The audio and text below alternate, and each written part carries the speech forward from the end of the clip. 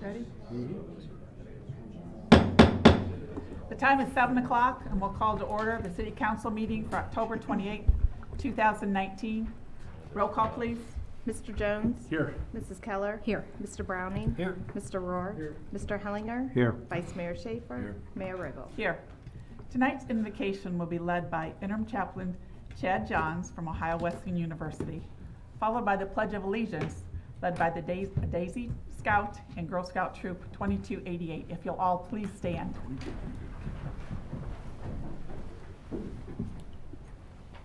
Before the chaplain begins, I'd like to do a moment of silence for a great man that we lost a week and a half ago, Mr. John Peterson.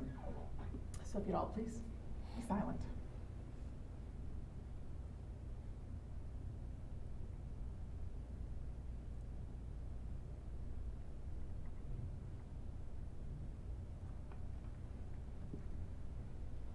Thank you. Good evening. As we prepare for the business before the City of Delaware, I stand before you as a Christian chaplain.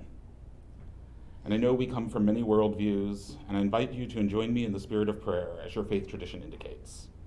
And if you claim no tradition as your own, then I invite you to join me in a moment of reflection. Will you join me now? In this hour, in the midst of these uncertain times, where one nation, indivisible, fragments along partisan lines, where liberty and justice for all is a dream we have yet to fully realize, where no matter who we are, nothing is ever just right. As this council convenes for debate and decisions, may the hard work of governance continue in earnest. May we find love in this place. May we find care for all people. May the voices of all be heard and respected. May we find curiosity to seek new perspectives and find courage to face that which we'd rather not see. May we find insight to govern wisely as we slowly discover all that this city yet may be. Amen.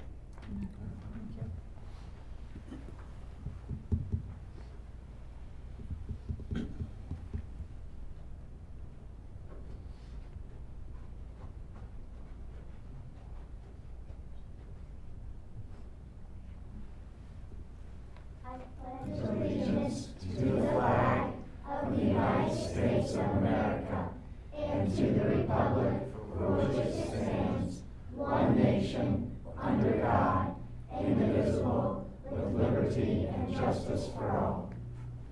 Thank you, girls.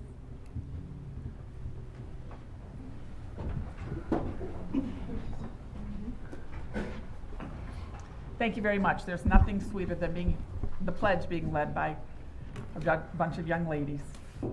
Item 4 on the agenda is the approval of the motion summary of the regular meeting of council held October 14th, 2019, as recorded and transcribed. What's the wish of council? Move for approval. Second. I have a motion by Mrs. Keller, a second by Mr. Jones. Roll call, please. Mr. Jones? Yes. Mrs. Keller? Yes. Mr. Browning? Yes. Mr. Rohr? Yes. Mr. Hellinger? Yes. Vice Mayor Schaefer? Yes. Mayor Riggle? Yes. Item 5 is the consent agenda. Elaine, if you'll please read this into the record. Item A, acceptance of the motion summary of the Parking and Safety Committee meeting held on June 17, 2019 as recorded and transcribed. Item B, acceptance of the motion summary of the Shade Tree Commission meeting held on August 27, 2019 as recorded and transcribed. Item C, acceptance of the motion summary of the Historic Preservation Commission meeting held on September 25, 2019 as recorded and transcribed. Thank you. And Oh, it's okay.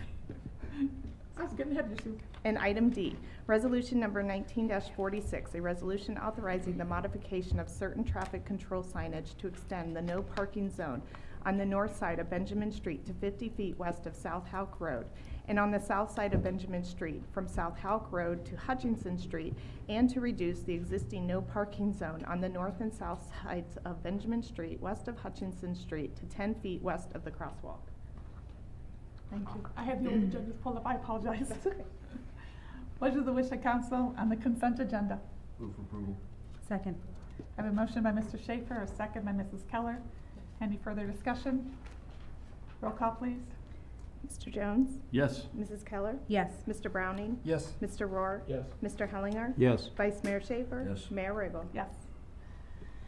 Item 6 is time set aside for letters, petitions, and public comments for anything that is not on tonight's agenda. Is there anyone in the audience that would like to come forward at this time? Seeing none, we'll move on to item 7, which is committee reports. Mr. Jones? I have none. Mrs. Keller? We have a number of parking and safety items that made it to this agenda, and then some additional items that will be on the next agenda. That's it. Okay. I have none, thank you. Mr. Rohr? None. I have none. Okay. And item 8 will be a presentation by One Columbus, formerly known as Columbus 2020. Ken McDonald. You can sit, pull the microphone down so we can all hear you. Well, Mayor, Vice Mayor, members of the council, thank you for this opportunity to not only celebrate the ending of the decade. We're within, I think, 65 days of this decade being over now, kind of a milestone. We're reaching 2020, but we also want to take time to talk about the future and the partnership that we've had and how do we take it to the next level. So if you allow me just a few minutes tonight, we know that the Columbus region is growing faster than ever, and I say that a lot. I've been saying it's the greatest decade ever. I was wrong. The best decade we ever had was in the 1890s, but we've had a long run, and I think the growth in our 11 county region is really unprecedented in any modern time. And we have a lot to celebrate. We have a lot of work to do to make sure that we leverage it and go into the next decade. We took the last 15 months to do an incredible amount of research and planning across the entire region and with every stakeholder group that we could meet with. Thank you for your input into the process. Our work with Sean and his team and Tom and the city has been phenomenal. You're engaged in nearly everything that we do. And that input has been phenomenal. I want to just touch on a few things that have led us to how we're thinking about the next decade for our economy, at least in the region.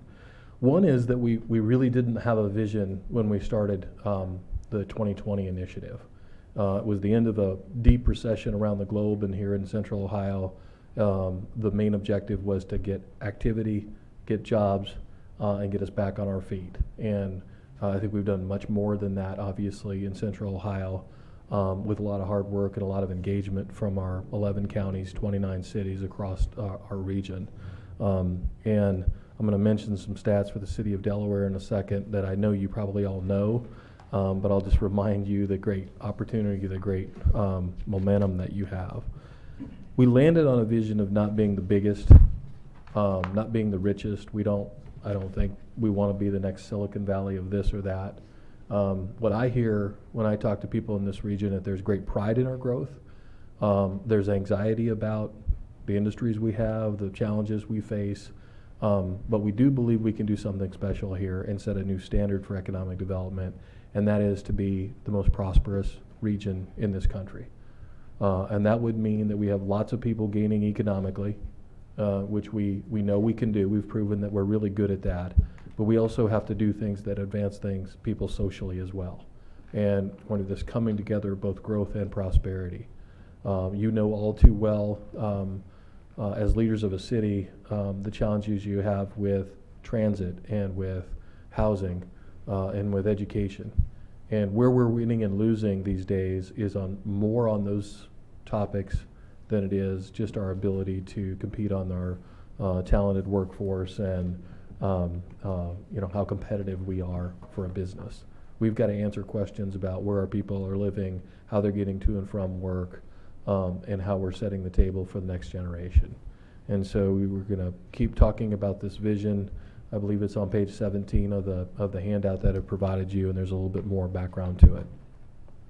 I'll mention 4 critical things that I think are sort of musts for the next decade, and I'll start with momentum. So all the things I just said would lead us to say that, unarguably we have momentum in Central Ohio. It's the envy of Ohio. It's in fact the second fastest growing area in the entire Midwest, and usually the only bright dot north of the Mason-Dixon line, with a lot of our competitors in the Southeast and in Nashville and Raleigh and Austin and places like that. And that includes the entire metro area, right? I wanted to mention a couple of stats from the city of Delaware, again, that you probably know, but it's worth saying again. Population grew 14.59%. Almost 40,000 people are living here in Delaware, city of Delaware now. The labor force, and this is an anomaly in our region, your labor force grew by 16%.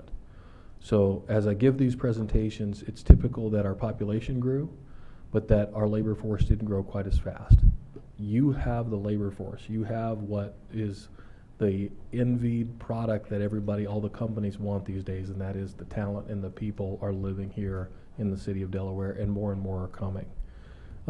Your total jobs increased almost 31%, 30.9%.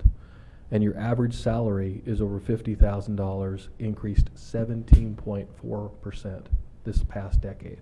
So I just looked at 2009 to 2019. These are all incredible luxuries for us to have. 17% are total commuters inbound into the city. Growth, 17% growth of people coming into the city to work. That is not what I'm saying in almost every other city in this region as I go around and talk to your counterparts.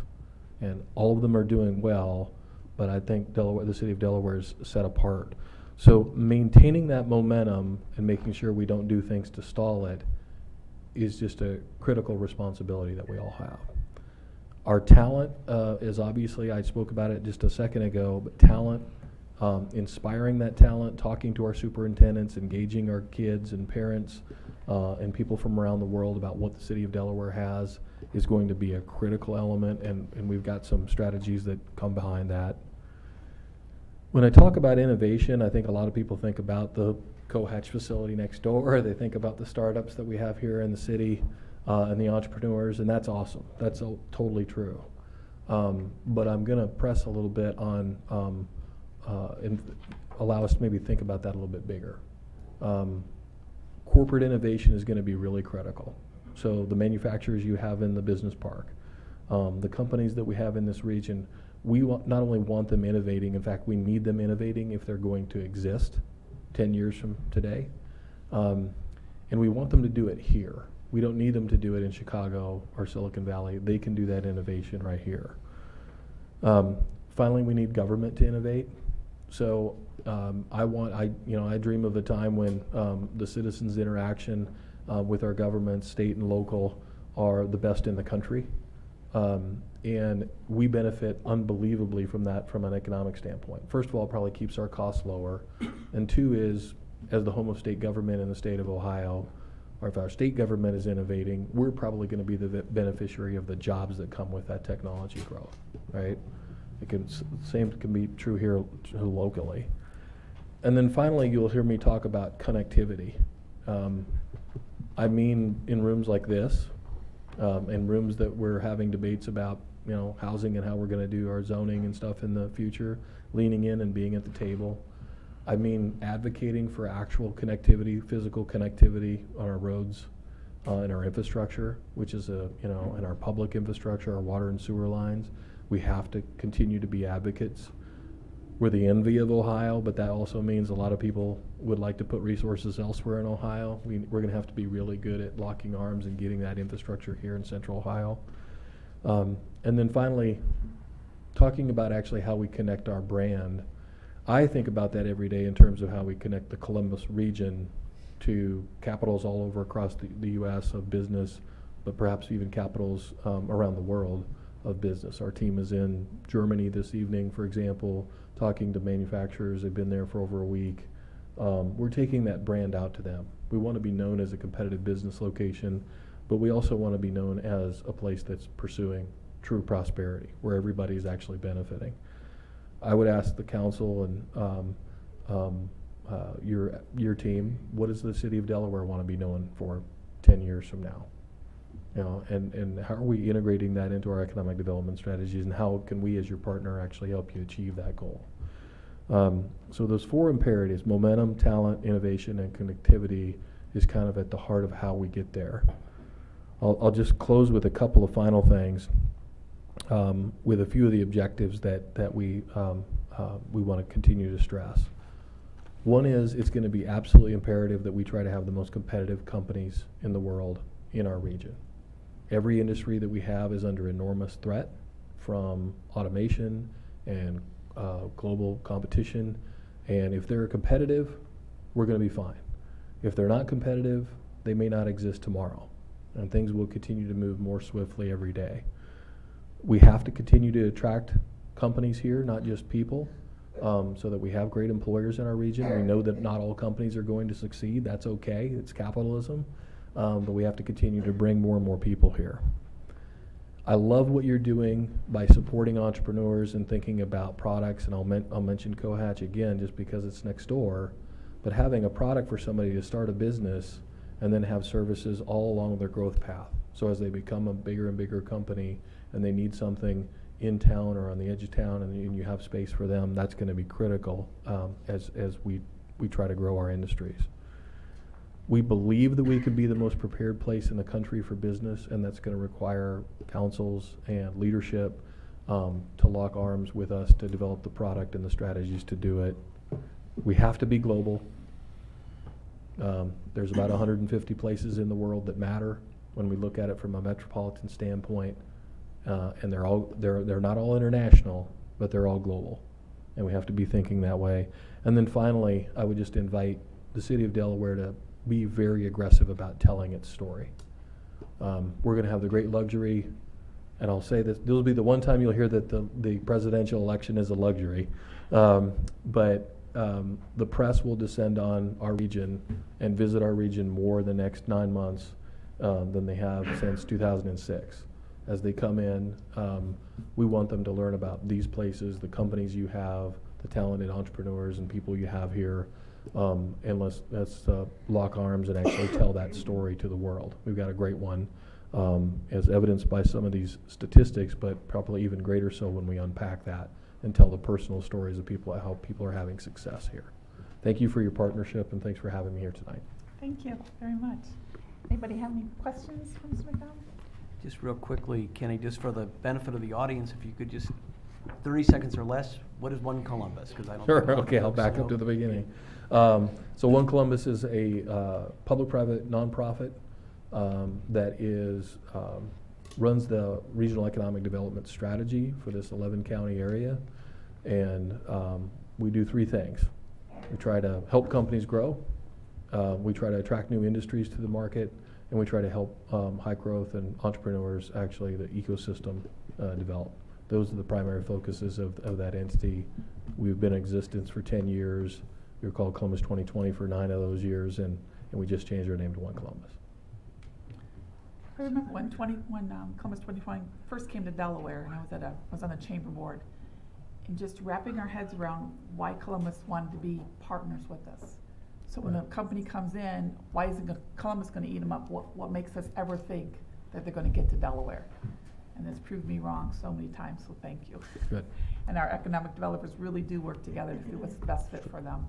So Very I true. appreciate everything you guys have done and our partnership.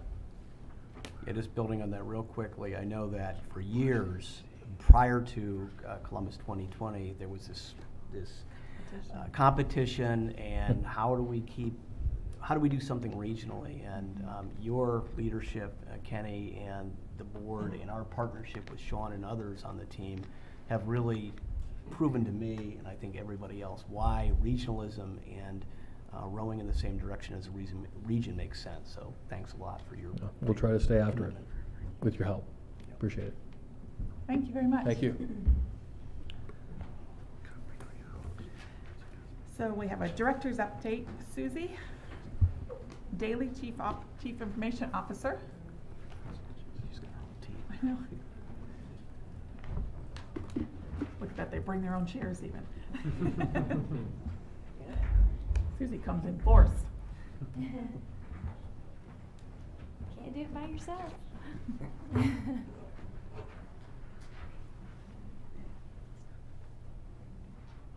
Good evening. Thank you for giving me the time to talk about the Information Technology Department. I wanted to talk about the mission of the department. The City of Delaware Information Technology Department's mission is to provide leadership, strategic vision, and oversight to ensure the responsible stewardship of resources for the effective, efficient, and economical delivery of city services for today and into the future. So basically, the simple definition is that we're here to support and help city employees to serve as citizens and to do what's best for the city and continue to help it grow in what direction it needs to grow. So, next slide. These are the team members. Kendra couldn't be here this evening, and I wanted each member to kind of introduce themselves, tell you guys what they did or have done, and we'll start with Phil. I'm Phil Nicholson. I'm the desktop technician for the city. I've seen a lot of your faces. Hiding. Basically, I help with the setting up of machines, helping with access, software, hardware, password resets for a lot of people, and that kind of thing. Welcome. Hi, I'm Rachel Hostetler. I'm the GIS coordinator for the city. I'm responsible for administering the GIS as well as CityWorks, our work order management system, and really pushing that forward and developing that to be further used across the city. Great. And Kendra, who isn't here, is the network administrator. She's in charge of the infrastructure, making the network work, all the servers, things of that nature. My name is Chris Moreland. Recent new hire in June of this year, came from IBM. Been a resident of Delaware City since 1986, so it's interesting to work near home. Since being employed here, I've started working on doing the research to develop an intranet system so that we can post internal information.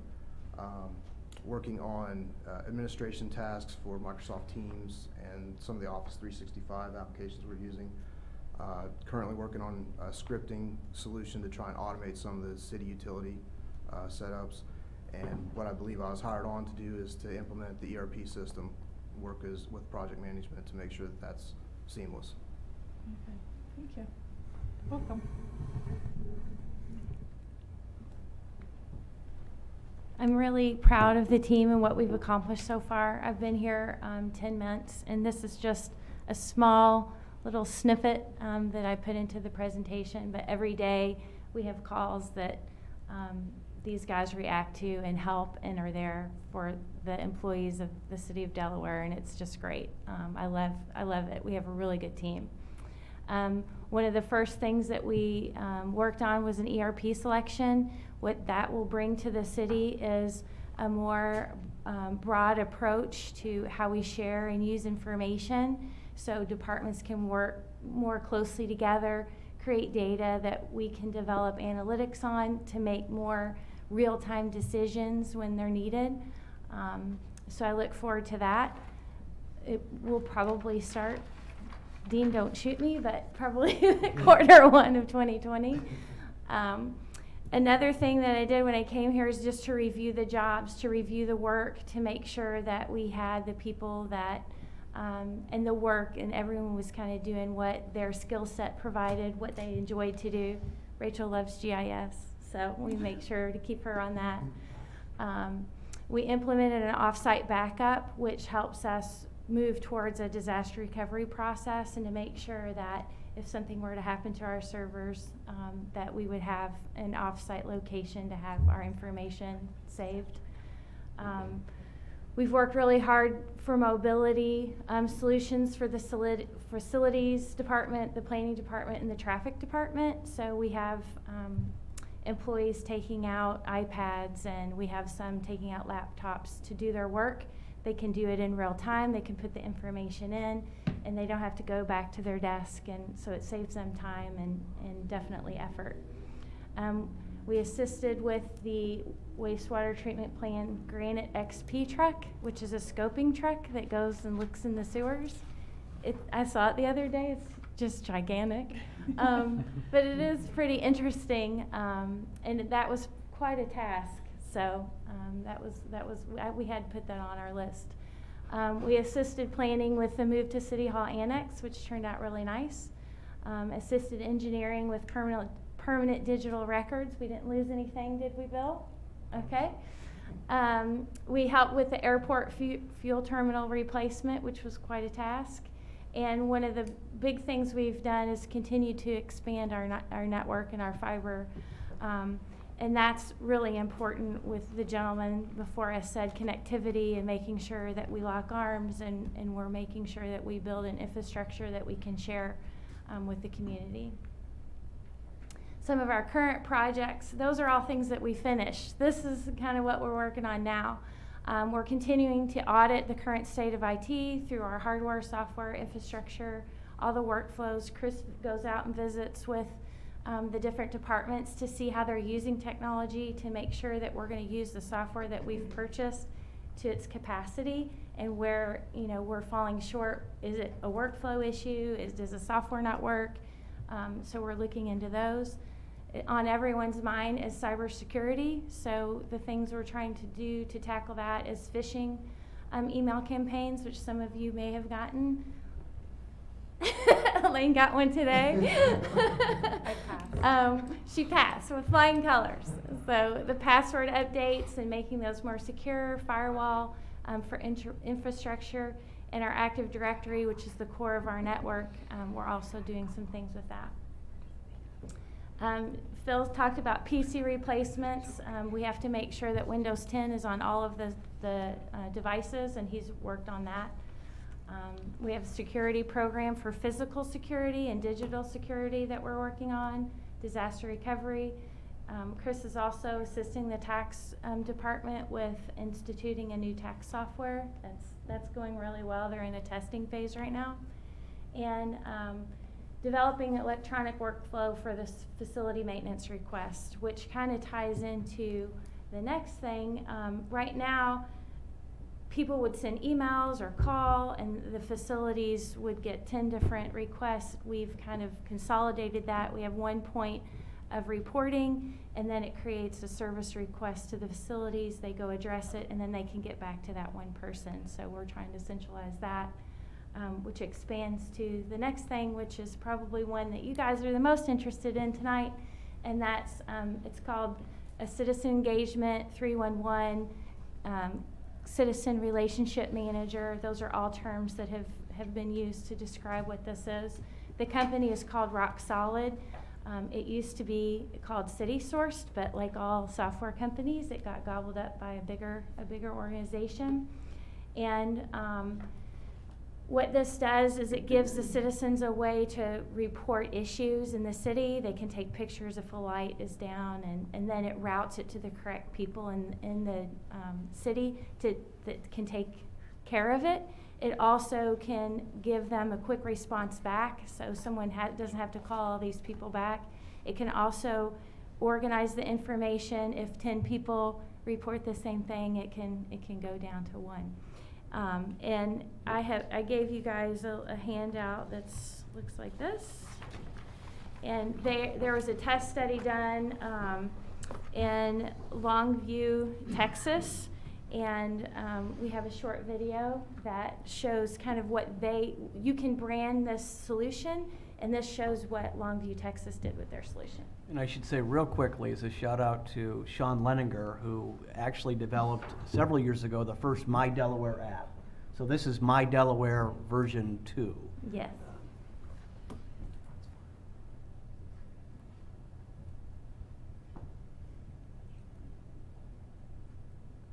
We all want to live in a nice community. That's why there's the CitySend app from the City of Longview. For Android or iPhone, CitySend is your way to connect with city government simply and quickly when you see something needing attention.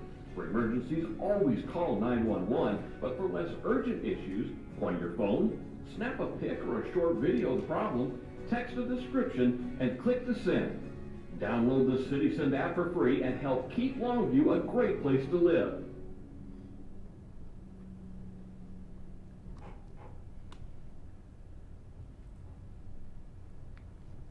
So I'm going to turn things over to Rachel, and she's going to kind of talk about their solution too and what they did on their website. That was the app solution. So the really nice thing about this software is that it can be used as an app on your phone, but there's also a web page. And so I just wanted a couple screen captures from Longview's city web page. On here, there's a place where you can place a new request, or you can look up to see nearby requests. So I went looking, and I found that there's a bulky item pickup request, which is something we currently do in the city. People have to physically go into Public Works to handle that. But with this, they could make the request right here.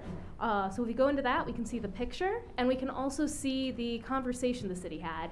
It first notes the request was made, and that it was updated from received to in process. And then the city responds, letting the citizen know that there's a $20 charge to pick up appliances. And the citizen responds with, maybe I'll go handle this somewhere else.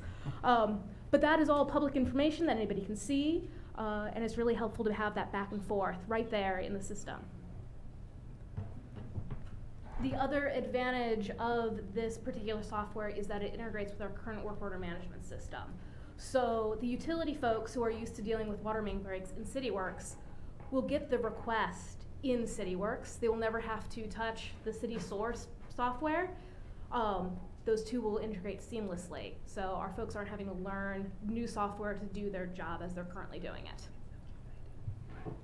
The other thing it will do is integrate with our new ERP system, which is wonderful. So it can take us into other directions for payments and things of that nature. So it's a broad stroke for citizen engagement, and this is just the beginning. So that's all we have. Thank you if you have any questions.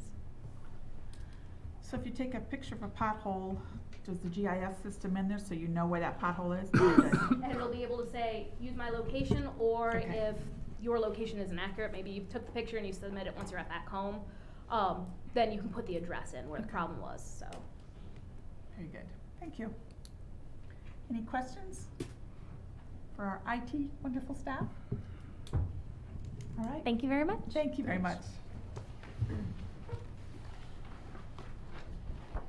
We'll move on to item 10, which is the second reading of resolution number 19-47. Resolution number 19-47, a resolution establishing guidelines for proposed developer-initiated new community authorities. Mr. Schulman? Madam Mayor, members of council, the only update I would add is at our last council meeting, there were some comments about the item regarding turning the NCA, homeowner association, and turning it into an NCA, and there was some comments that might be confusing. Rather than go back and tinker with the language, I took a broader view, and if council is inclined or of the opinion that that is confusing, council could make a motion to strike that particular item. And speaking with Dave, it would not prevent us from actually doing that, because these are just guidelines, and just not saying we would explicitly do it would not prevent us from doing it.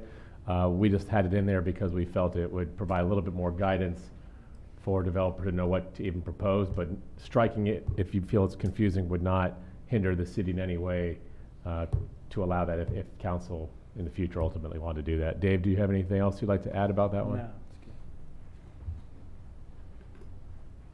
Well, since Mr. Hellinger brought this forward, I will ask him how he feels about it.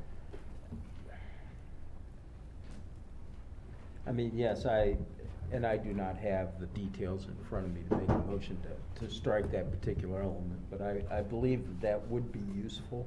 And again, because these are only guidelines, it's 6 and 1/2 dozen the other, in my opinion, but. Anybody else have any questions? So this is the first reading. I think it's the second reading. Up here it says first. It's okay. And just to put everyone in context, This is a sort of a non-binding resolution guidelines. The purpose of it was to provide some sort of idea to the public as to what council might be amenable to, so there is no real time-sensitive pressure, and even if you were to adopt it this meeting or the next meeting, as I said, they're just guidelines, so council would still be free to act in any way it wants. So there's no necessarily time pressure, but if you do vote for something and want to tinker with it later, we can do that as well.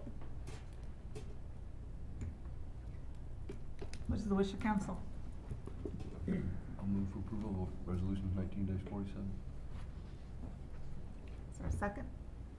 Second.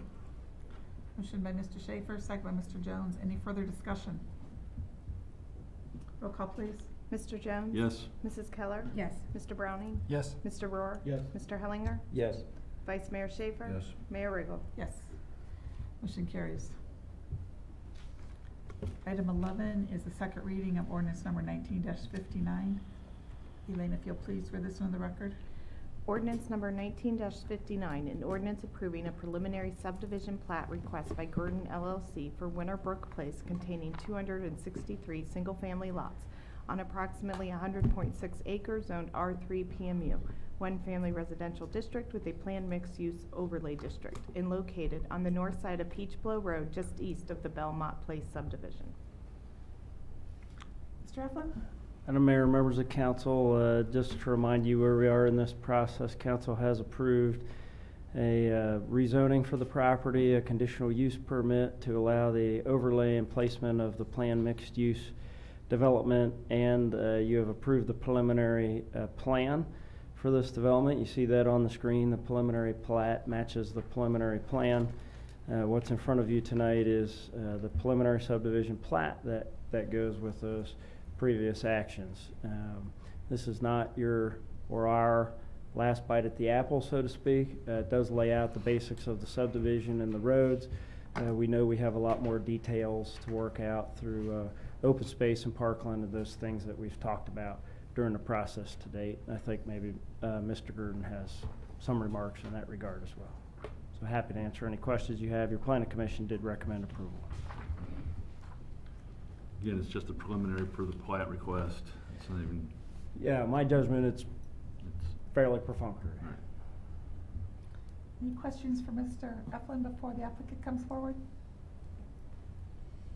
Would you like to come forward?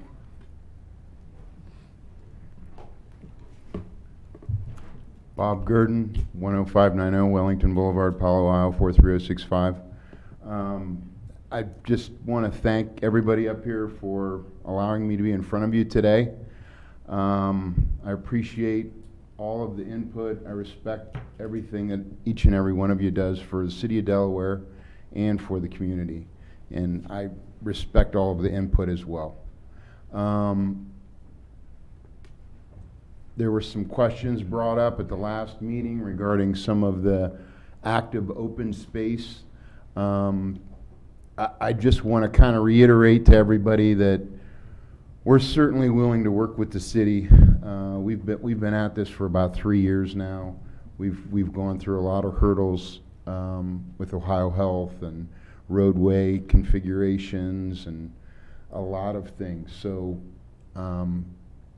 anything that is needed of us, if you'd like some fencing, I know that was brought up at the last meeting. We're certainly willing to put some fencing up around that northwest tot lot area along the basins. If there's any issues with anything in the open space, active open space by the roundabout, if we need to put some more buffering to inhibit people from going over into that area, we're certainly willing to do that as well. So there are quite a few existing trees. You know, my father bought this property about 30 years ago, and there's some old barns. I've been around it for 30 since I was a little kid. Well, not a little kid, but close enough, I guess. So, you know, I know the property so well and have really thought about it with the planning and where to put the roads, especially Winterbourne, to really utilize a lot of the existing trees and save a lot of the trees. So, you know, we're going to put our best effort in making this a good community and a lot of landscaping and any amenities that Dave or the city would like us to do, we're certainly willing to go down that path when the final engineering comes through and work through all those issues and work with the city in regards to those. So if you have any questions, I'm here to answer those. Questions? I have a couple. So last week I asked a question about the actual housing product that would be on the smaller lots. And just so you know, one of the reasons that I asked for a little bit more time was the answer I got back was it was in our packet. And so I thought that I missed something. We get large packets, we have a real short turnaround time, and sometimes they're 300 pages long. So I was thinking in my head, I missed it. And then I went back in our packet, looked through every page, and we hadn't actually had it in our packet since June. So that's why it didn't feel very fresh in my memory about the type of housing product that would go on these smaller lots. So could you, just for the sake of refreshing my memory, kind of go over that a little bit more? Sure. So there's two different products that would go on these lots. There's a ranch type kind of empty nester product. Has a minimum square footage of 1,600 square feet, or there could be a two-story. And the two-story would have a minimum square footage of 1,800 square feet. Similar to what's going on in the area to Pulte and Stavros. Would you call those patio homes? No, they're single-family residential, fee simple houses. They're not condos or patio homes. How a lot of the builders refer to them, kind of like an empty nester product. So when we got into this, we did a lot of work on demographics and what type of people are buying houses now. And we asked the builders, and they came to us and they said, look, these communities nowadays, they want to have a lot of different types of people in there, right? So you're going to have your family with your kids, and then the parents, grandparents of those little kids, they want to be in there too. They want to be close. They want to have amenities. They want to have walkability. They want to be able to walk to and have dinner with their grandchildren and things like that. And then the 80-footers in the back would be maybe a move up from a 65 to an 80, a larger product. So we really tried to, and Dave kind of guided us down this path as well, and we did do a lot of research, and that's kind of what a lot of folks are doing right now. So that's really why we kind of planned it the way that it's planned out. It's just a little bit different than what we've done in the past, so I think taking a little bit of extra time to ask more questions and understand a little bit more how it looks. I asked a question of the city manager today, give me a place where I can go to take a look a little bit more at what we have, Communities of Glen Ross, and I drove down there today. The houses did seem pretty close together. I'm wondering how you're planning for parking in the future. Do you see any issues with street parking, just because those houses are closer together? They'll all have 2-car garages minimum. So you'll have two parking spaces per household. And then you'll have maybe a couple in the driveway as well. If, say, have a kid that's in high school that has a car, or a college student that's away that comes back. So you figure all of them will have a minimum 2-car garage. That's a requirement in the zoning. And then you'll have some driveway space as well. I wouldn't foresee people, parking on the street per se. Okay. That's all I have. Any other questions?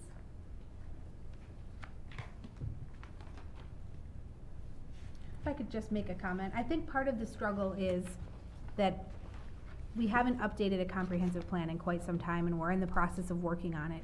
And so as we get these developments, we're kind of, until we have that plan complete, making it up a bit as we're going along. And so as questions come up, I think it's just, in our best interest to take the time that we need, drive out to see some of these developments, and just have enough time to make sure that we're investigating and making the right decision. Because once we make the decision, we can't go back and say, well, never mind, wipe this clean, let's build something else there. our community will have this forever. So I think the time to do the due diligence is important. I'd love to see some changes with the open space, like you discussed with Mr. Effeland, trying to tighten that up and make it a little bit safer for kids in the neighborhood. But like you said, we have time between now and then to do that, so I'd look forward to that as well.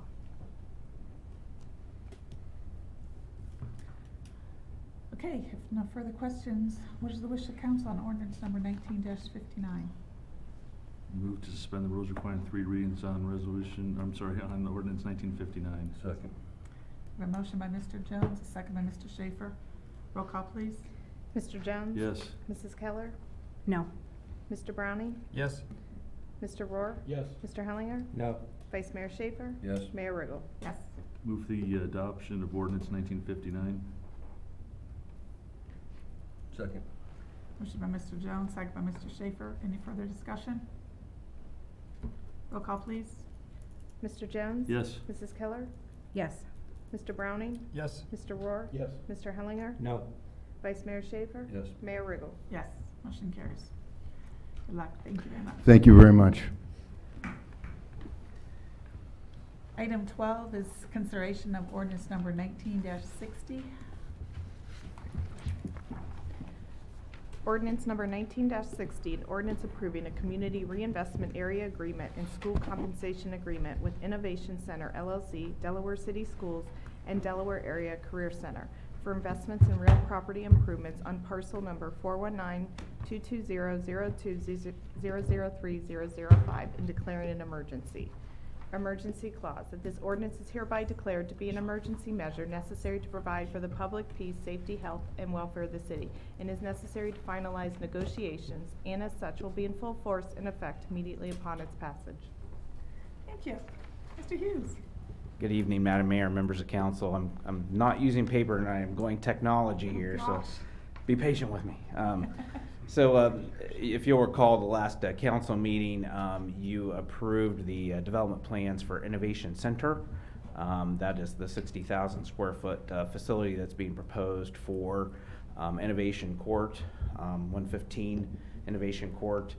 Very similar to Symmetry 2 that was finished a couple years back and is now 100% full. This would be almost a duplicate of that. It is important to note that even though we've already approved the plans themselves, any project at this point is contingent upon passage of incentives to make the project work. I usually try to say that to make sure when we're out of order on approving these things that's on record. What the company is proposing in turn for the incentives themselves is the creation of 25 positions. I do believe that the building will be much over that. In fact, we're working on a potential tenant right now that would fill about 2/3 of the building and would be twice that number of employees just in themselves. They're proposing a commitment of $1.3 million of payroll. This company would be about $2.5 million of payroll. So these are minimum requirements right now to get to the proposed incentives. So what did the tax or the incentive negotiation committee and staff recommend for those commitments is very similar to Symmetry 2, but simplified a little bit from what we did with Symmetry 2, just trying to learn from experience in that building. But what we're proposing is 50% for 15 years on a CRA tax abatement on the improvement. It's about a $4.3 million project. This would be on the $3.9 million building, give or take, whatever that actually ends up being. And that would involve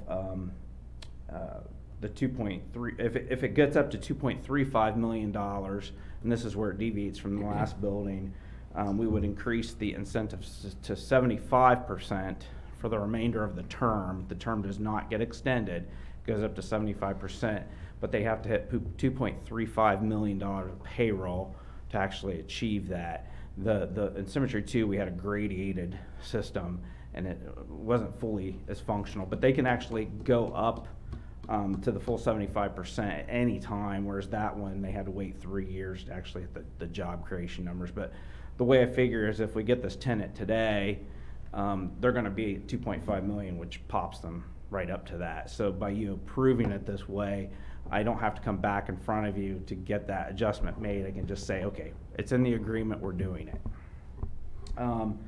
So with that being said, does it meet with that criteria? Does it meet the criteria that we set forth in our economic development incentive policy for abatements?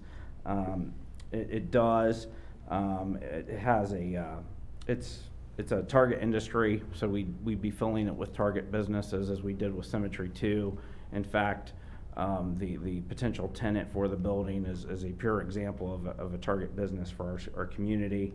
The projected hires for the building are well above LMI, low to moderate income that is, with a projected $52,000 per year annual salary. Does it meet 25% or greater return on investment? And this is something I want to explore with you guys later, by the way. That's a high number, and I came up with that number, I'll admit that. But it's a high number to achieve on a lot of projects, whereas most investors will tell you, Jim will probably tell you this, that if you can achieve a 10 to 12% increase on your investment, you're doing pretty darn good.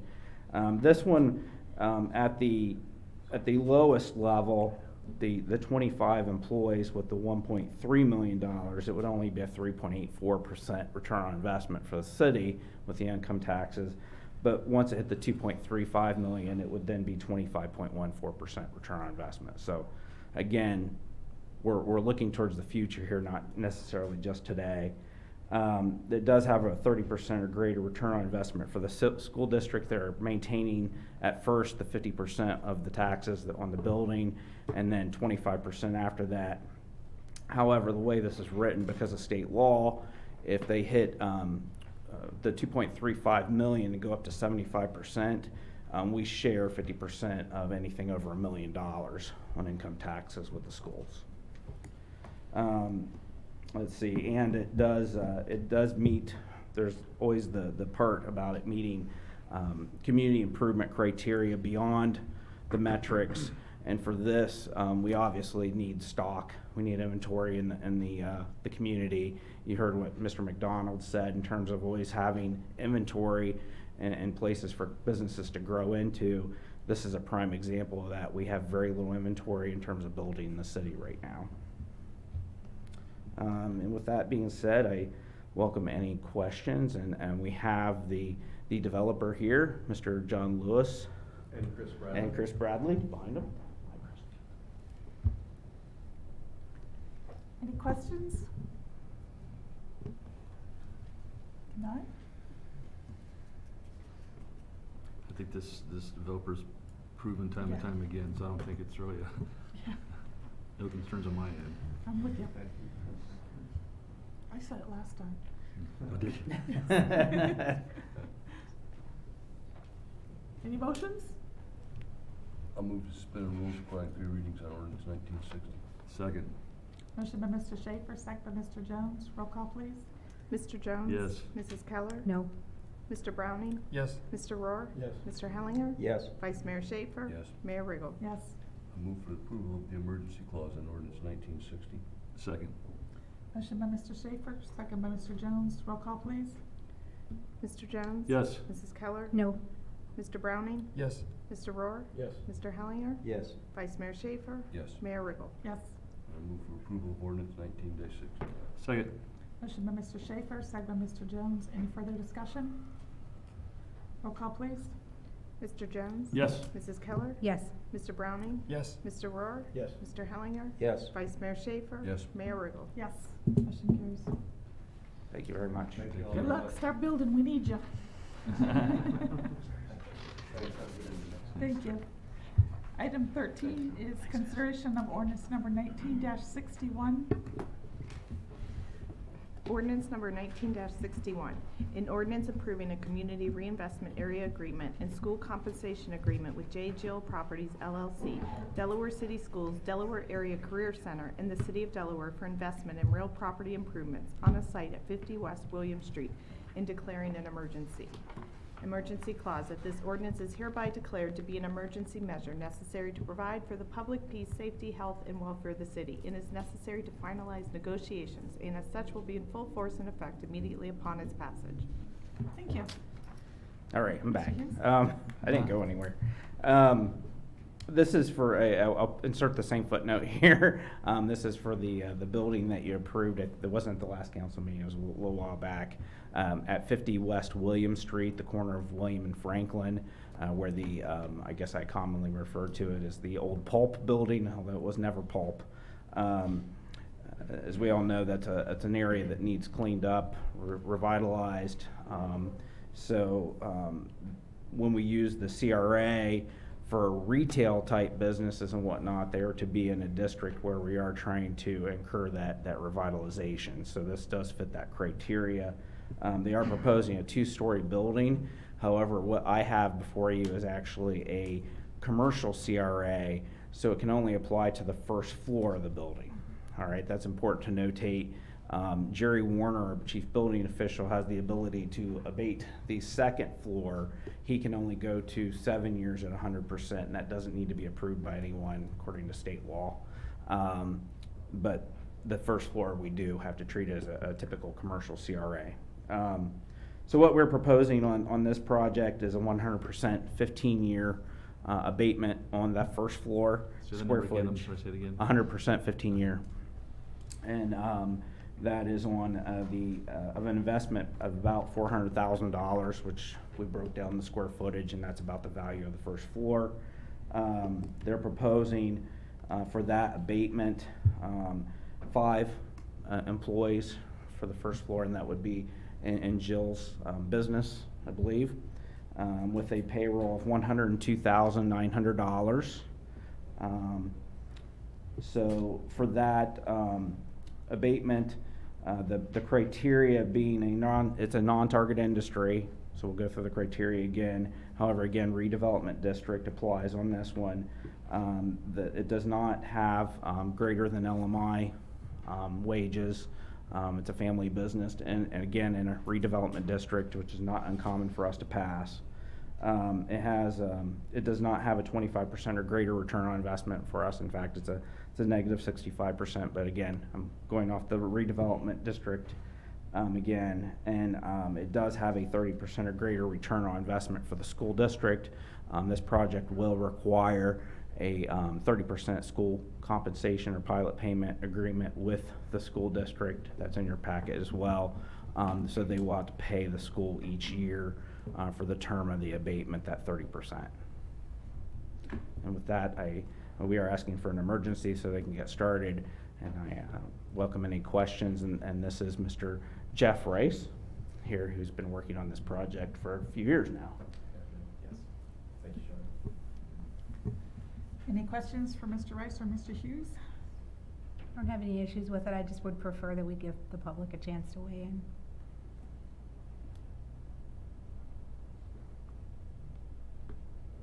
Public usually doesn't weigh in on this type of.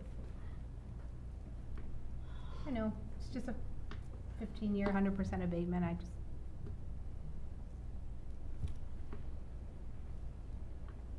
I'm okay with you guys going ahead. I just wanted to give you an explanation as to why I did what I did. What does the rest of council want to do? I Wait, move to suspend the reading? rules requiring 3 readings on ordinance 1961. Second. Motion by Mr. Jones, second by Mr. Schaefer. Roll call, please. Mr. Excuse me. Mr. Jones? Yes. Mrs. Keller? No. Mr. Browning? Yes. Mr. Rohr? Yes. Mr. Hellinger? No. Vice Mayor Schaefer? Yes. Mayor Riggle? Yes. Move to suspend the rules requiring 3 readings on ordinance 1961. Did that? Oh, did I? Emergency clause, yes, I'm sorry. I moved to adopt the emergency clause in 1961. Second. Motion by Mr. Jones, second by Mr. Schaefer. Roll call, please. Mr. Jones? Yes. Mrs. Keller? No. Mr. Browning? Yes. Mr. Rohr? Yes. Mr. Hellinger? No. Vice Mayor Schaefer? Yes. Mayor Riggle? Yes.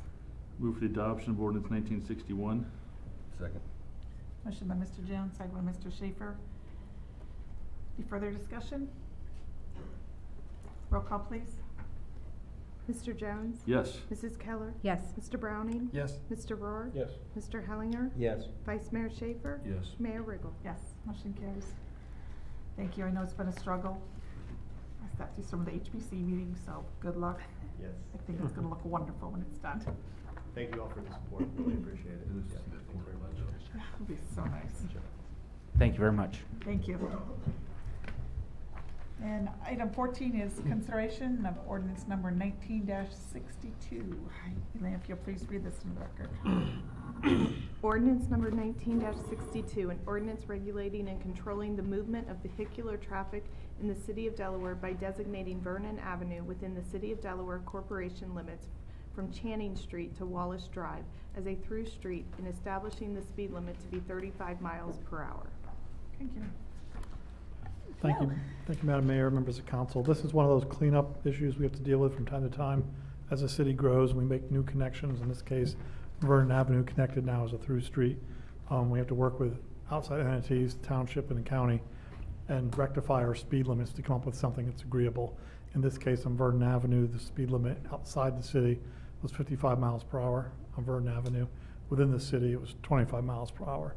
What this ordinance does is designate Vernon, the parts within the city, as a through street, which allows us to match the 35 mile per hour that the county petitioned the state to make Vernon Avenue, and that was approved through the Director of Transportation earlier this year, and with the understanding that we would match that also. So all sections of Vernon Avenue, with approval of this, would be 35 miles per hour. Very similar to what we've done in other similar of these perimeter roads around the city. 46% of Vernon Avenue is outside the city, 54% of it within the corporate limits. The issue was also presented before our Parking and Safety Committee recently and approved and recommended to go to council for additional consideration. There's nothing pressing on this issue. While we have to approve this tonight, would recommend 2 readings or 3 readings on this, give public any opportunity they want to comment on it. And I can answer any questions regarding what's proposed before you.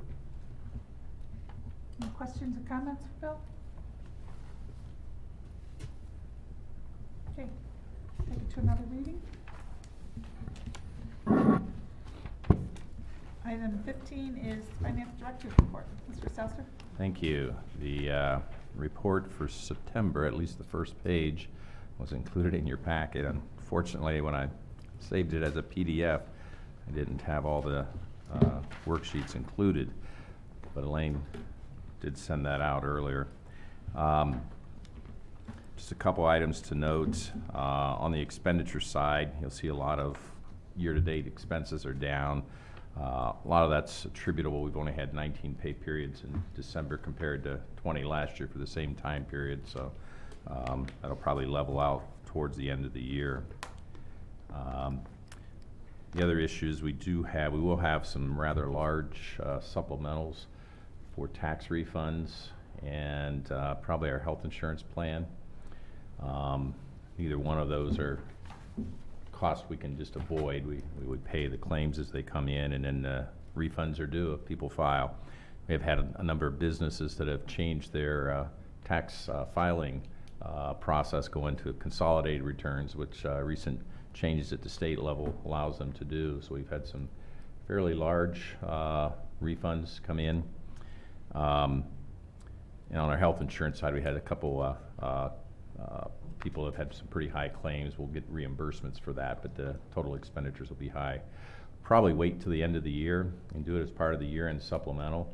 Just want to give you the heads up. That way I'll have a lot better accurate number, and could be multiple thousands of dollars in supplementals. And I'll talk about it further when we get to that point. Entertain any questions you may have. I had somebody call me and said that they paid, let's just say $280 to the city, and then found out that they didn't owe it.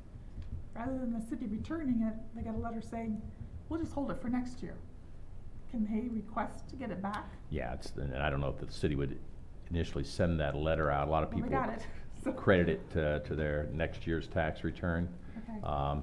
Depending on their situation, if they've owed in the past or whatever else. But they can request that the amount be refunded. It's clearly the taxpayer's option. Okay, thank you. Just thought that was kind of odd. Any other questions for Mr. Stowe? Okay, city manager's report, please, Dean. Just a couple of items, real quickly. The schools are updating their strategic plan. They've asked for some input from the city, so I'll be reaching out. I don't recall if it's Councilwoman Keller who is our recent representative of the schools, but if you're interested in that, Lisa, I can follow up. Yes. And they've asked also that a staff member perhaps be part of that, so I'll follow up with you on that. Okay. Had a very, very successful ICMA conference in Nashville, came back with a lot of information. I was trading business cards with the mayor who was at the OML's conference last week. So a lot of good information. Just in terms of one of the things that Kenny McDonald had talked about that was touched upon at the conference from Leonard Brody, who's a management consultant who speaks all over the world on how cities are becoming innovative and what you should be known for. And Kenny asked the question, what we should be known for, and one of the things should be innovation. And I think what you saw tonight was an example of our community trying to be as innovative as we can. We also want to be open and accessible. Those are, three things that speaker talked about from a city standpoint, in terms of wanting to be out kind of in front of others from a competitive standpoint. So I just appreciated the update today from this evening from Susie and her staff, and I'll be following up with council in terms of a full report on the conference. But it was very, very good, very successful. Thank you. Mm-hmm. Council comments. Mr. Jones? I have none tonight. Okay. Mrs. Keller? I do. I appreciated the visit from One Columbus. I think that we got some really great information there. I was surprised by some of the numbers. I think that we're doing a little bit better than I even would have guessed that we were doing.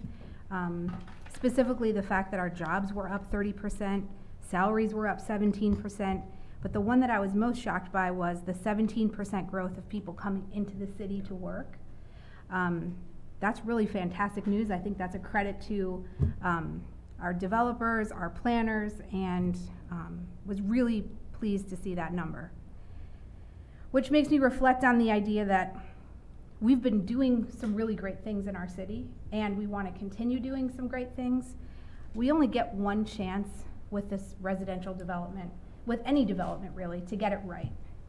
And right now, we're sort of flying blind as a council. As we wait for our strategic plan, our comprehensive plan, to be complete, we're taking things piece by piece as they come. One of the things I think is really important is that we make sure that our development stays responsible and sustainable. I think we've done a fairly good job of keeping pace with that. And I touched on it a little bit last week, but I do feel like there is a disturbing trend of the development community trying to gain influence onto our city council. Specifically, I was made aware today that the Delaware Business PAC, it's a political action committee. That political action committee is sponsored by numerous builders and developers, Ryan Homes, Dominion Homes, Schottenstein Homes, Lisa Keller. And at the end of it said that it was paid for by the Delaware Business PAC. That's concerning to me because we live in a small town. This is a community of people, and one of the important things is making sure that each one of the 7 faces here brings a unique perspective. If we all came from the same perspective, we'd only need 1 council member, not 7. And so having a diversity of opinion is important. Having someone that says, hold on a second, can I take just a little bit more time to ask some questions, to go out and look at something? I don't think that's a terrible thing. And so it just saddens me that to gain influence, that's the route that some are taking. And so I just wanted to put that on the record, that I think Delaware is better than that. We have gone so many years without dirty politics, and I would hope that we could continue with just, this is what my vision is. If you like it, great, and if you don't, that's okay too, without telling lies about each other and having political action committees try to influence elections. That's really concerning to me. And I hope that it's concerning to the rest of Delaware residents as well. Thank you. Mr. Browning? I'll second what she said. Mr. Rohr? I have nothing. Mr. Hellinger? The only thing I have is, as we approach this election and as we get through that, we have a reorganization. Hopefully that we can refocus on getting new faces on our boards and commissions, such as Planning Commission, which there's people on there that were on there 12 years ago when I was on there. And, you know, it doesn't, I've always said, I won't run again because I don't think anybody should be on council for more than 2 terms. Because I think you get old and you get stale, and there's enough smart people out there in the city that should be able to rotate into these seats. Whether they share my specific vision or not, I don't really care. But, you know, I think that needs to also happen on all our boards and commissions. Our holding on to people thinking that somebody's indispensable is a bunch of crap, because we could all get run over by a bus today and life will go on. And I just really think we need to move people through, just as we see people that are running for the various council seats. There's people out there that want to get involved, and to have somebody sitting on a board or commission for 10 or 12 or, in my opinion, anything more than 8 years, get them the heck out, get some fresh blood in. And I know when we tried to do that when I first came on council, and we created this huge multi-tentacled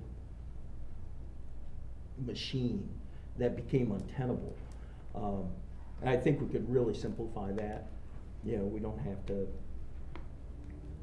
you know, do a whole bunch of interviews and different things like that, but if we had a basic, objective qualification sheet that people that were interested in boards and commissions can fill out, and hey, as long as you check the boxes, you know, the correct boxes, then you're in the queue, and whether that's then done by lottery or by first in, first out, or whatever, hey, if you have 5 people that want to go on planning and you have 3 seats open, you know, let's get those 5 people or 3 of those 5 people joined, and the other 2 stay in the hopper.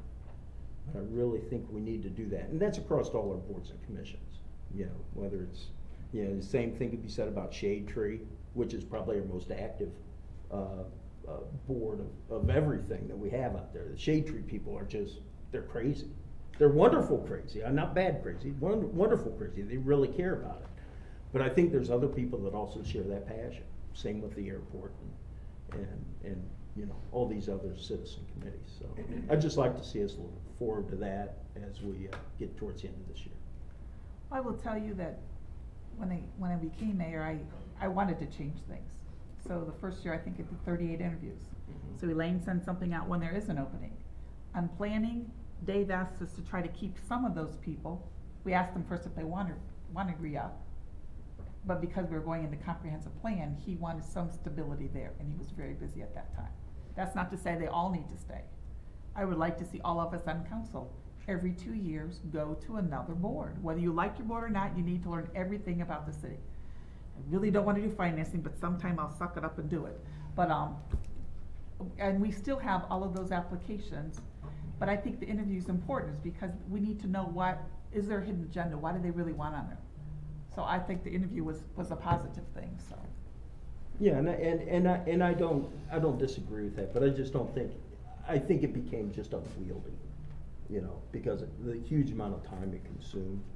And I think there's other ways to uncover hidden agendas, you know, and I don't think, most people I don't think have that. But just like, I don't think if you're in real estate, you should be on things like BZA or planning, because you're dealing with things that are could be your livelihood. Conversely, if I own the FBO at the airport, I shouldn't be on the airport commission. You know, I think we just need to separate those things out, and but that's easy enough done, because at the end of the day, I mean, the reason hopefully we're all here is because we care about the city. You know, we want to do what's best for the city. I don't care how it reflects on me personally. I want to do what's best for the city at all times, and I have no problem. People want to call me whatever. That's fine. But my heart's on the city, and doing what's right for the city without consequence, which is why I don't interact with any of you people outside of these council chambers, because I don't wanna be influenced by backslapping, beer drinking, being buddy-buddy. I just don't want that. And I think it's very, very important that we are all independent thinking bodies that are able to make decisions on our own and not, again, have hidden agendas. So to your point, I think there's more to it than that, but you find that out over time. Anyways. Okay, thank you for your Yeah. input. Mr. Schaefer? First, I agree with George about the need for some movement on those boards. I understand why we don't want to move everybody, but I do think that that's healthy. So, and more importantly, I've got some comments that I want to make in regard to some comments that were made at the end of our last council meeting. As Lisa said, we all bring different perspectives to the table here, and that's a good thing. We don't need to agree all the time. But when a disagreement turns into a personal attack and attacking somebody's integrity, I have a problem with that. I'll explain in a minute why I take the positions I do on development. But if anybody has any issues or any situation where they can show that I've done anything improper or requested anything improper be done, I'd like to hear about it, because I don't think that's the case. I've never had anyone, whether it's a person that supports my campaign or otherwise, ask me to do anything improper or do any special favors for them. I support good, responsible development, and I support moving ahead with that development for a number of reasons that I'll get into in just a minute. But I will tell you this, I've had a number of conversations with builders and developers, both before I got elected and since, and they've all centered around the same things. They want the internal processes with the city to be fair, they want them to be consistent and predictable and done in a timely manner. I don't think any of those things are unreasonable, and I support that. I spent my entire adult life in public service, over 33 years in the Columbus Police Department. I went through extensive background checks to get that job and to continue those to keep that job. I was commander for over 18 years. I managed a budget over $200 million that they trusted me with. I was the last person to review confidential employment packages and make recommendations on hiring. I had secret government clearance that you go through. Pretty much they check everything there is to know about you in order to get that clearance. So I could sit in on classified intelligence briefings. So I think my integrity has been well vetted over the course of my career, and I don't sacrifice my integrity for anything. I do what I believe is right, and I continue to do that. When I first got elected to council, I decided to follow up on some of the things that I'd heard from builders and developers about our city processes. And they were right, there were some inefficiencies there. It wasn't that we were intentionally doing anything wrong. We had some staffing issues that came into play, and some of it was just situations where we really had to stop to look at how we did things. And I will say that Matt Weber and his staff stepped up and made some significant changes to streamline that process. And things are a lot better now than they were then. But that doesn't mean that there's not room for improvement. So I think our last council meeting was an example of why we, or how we sometimes don't treat all the developers consistently. We had two development issues. The first was the innovation project, which we were quick to waive through readings and move ahead on. The second was the Gurdon development. Now, the Gurdon development was a preliminary subdivision plat, which in many jurisdictions doesn't even come before the legislative body. It's an administrative decision. But this project had been well vetted earlier when we went through the zoning and approved the plan then. It'd been through our planning commission twice. It'd been through our award-winning planning department twice. In my opinion, there was no reason to delay that project. There's a lot more work that has to be done before the final plans come before council. Tonight, Mrs. Keller said that she had questions about the lot sizes of the buildings, but the indication she gave that night that was she was upset with the way Mr. Gurdon's attorney advocated for his client, and I get that. But I don't think we should be making personal and emotional decisions when it comes to these projects. This was a business decision in terms of what's right for the citizens of Delaware. And there was, in my opinion, no reason to delay that project. And every time we delay a project unnecessarily, the costs of that project go up. And it's not the builders and developers who absorb that cost, it's our residents who buy those homes. And I will say this, neither Mr. Gurdon or his attorney, Mr. Shade, I have no relationship with them whatsoever. They haven't contributed a dime to my campaign. It has nothing to do with them. I made the decision I did because I felt it was the right thing to do. And we have every right to disagree about that. When you attack my integrity, I have a problem with that. So let me get to the bigger issue that I want to talk about, why I think this development issue is so important. Every housing study that's been done, and the most important is probably Morpsey because they have no agenda other than to provide information, indicates that we have a significant shortage of residential housing units to meet the projected population demand in Central Ohio and here in Delaware. And as we all know, when there's a shortage of a commodity that's in demand, the price of that commodity goes up. And I think we need to take a more strategic approach to how we are dealing with residential housing, where we want to get with residential housing.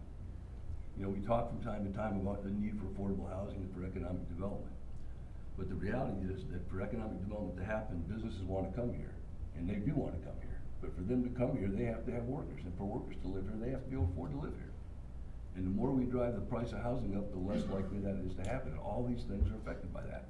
My concern is if we don't address this issue, young 20-somethings like my kids that are just starting out in the workforce may never be able to afford a house here.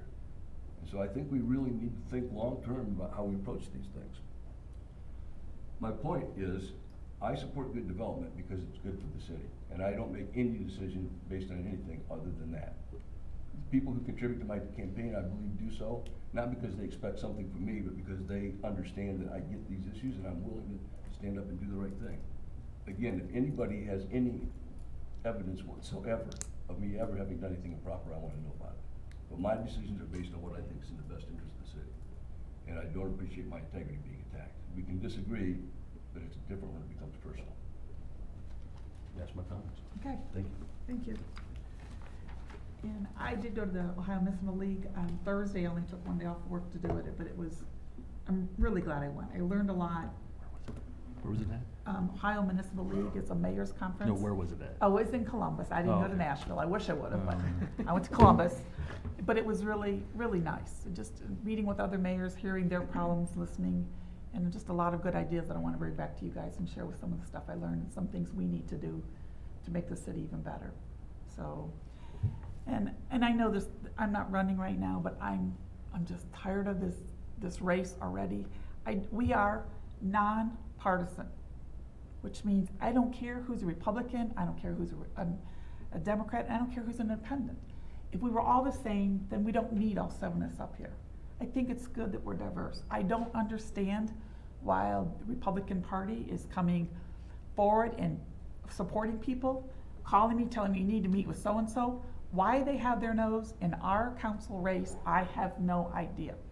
When I ran for council, I didn't go ask anybody's permission. I did it because I cared about the city. When somebody asked my party, I told them about it. I said, it doesn't matter. We are nonpartisan. We are here to work together for the betterment of our city. And I just wish that's the way it would be. So with that, I look for a motion to go into executive session. Do we have executive session now? Just a real We quick do. item, yeah. Let's give 5 minutes, so. Council comment? That was council. Did they- Oh. They always tell me nothing. I guess we went this way this time. I have No, nothing. you came down Thank you. I'm not crazy. Okay. Okay. Yeah,